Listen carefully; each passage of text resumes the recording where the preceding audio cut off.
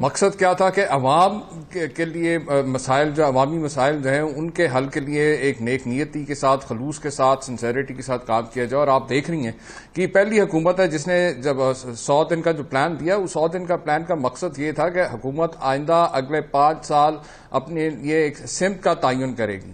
وہ چیزیں آئیڈینٹیفائی کی جائیں گی جو آنے، کچھ شارٹ ٹرم کچھ لانگ ٹرم اس میں میجرز تھے. جو آپ نے جس طرح بھی بات کی، آپ نے جو لائف سٹاک کے حوالے سے انڈے مرغیوں کی بات کی، تو وہ بالکل انٹیکٹ ہے اور وہ انشاءاللہ تعالی 1 جولائی سے باقاعدہ طور پہ اس کا ٹرائل رن ایک ہو چکا ہے اور اب باقاعدہ طور پہ 1 جولائی سے ہی سٹارٹ ہو رہا ہے. آپ کے سامنے کہ جب پاورٹی ایلیویشن کے دنیا میں جہاں پہ بھی سکسیسفل ماڈلز ہیں، آپ کے نیکسٹ ڈور ابھی چائنا ہمارے ساتھ ہے، وہاں پہ انہوں نے جو 70% سے زیادہ لوگوں کو غربت سے نکالا ہے، وہ اسی طرح سے نکالا ہے کہ لوگوں کو ایک نچلی سطح پہ اکنامک امپاورمنٹ کے پروجیکٹ سٹارٹ کیے ہیں، اسکل ڈیولپمنٹ کی گئی ہے. کیونکہ آپ کے سامنے کہ مہنگائی جو ہوتی ہے اس کی بنیادی سب سے بڑی وجہ بے روزگاری ہے، اور حکومت کا ٹارگٹ یہی ہے کہ جہاں پہ روزگار کے جو ہے روزگار پیدا کیا جائے، وہیں پہ جو لوگ بے روزگار ہیں ان کو جو ہے فائنینشیل ہیلپ بھی دی جائے، ان کو اسکل ڈیولپمنٹ کے ذریعے ان کو اسکلز دیے جائیں تاکہ وہ اپنے لیے اور اپنے خاندان کے لیے جو ہے روزگار کما سکیں.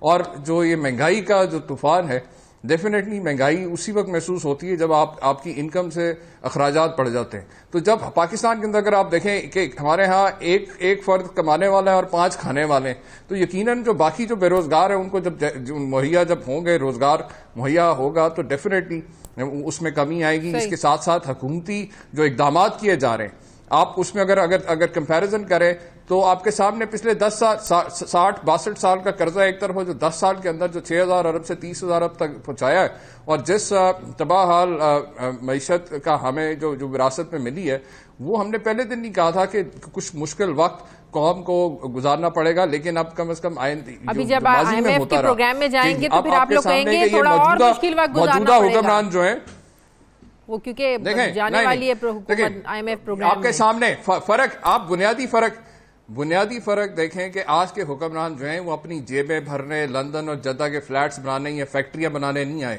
یہاں پہ آج بھی اگر حکومت کو 6 ارب روپے روزانہ جو ہے قرضوں کی قسطیں اتارنے پہ دینا پڑ رہا ہے، تو یہ وہ قرض ہیں جو سابقہ حکومتوں نے لیے ہیں. اور ایک بھی ادارہ ایسا نہیں چھوڑ کے گئے کہ جس میں جو 1 روپیہ بھی جو منافع میں ہو، الٹا بلکہ بجلی کے ساتھ ساتھ گیس کا بھی سرکولیٹ. بریک لگا میں میرے پاس جنرل صاحب آپ کی طرف آتی ہوں، واپس آتے ہیں چھوٹے سے وقفے کے بعد.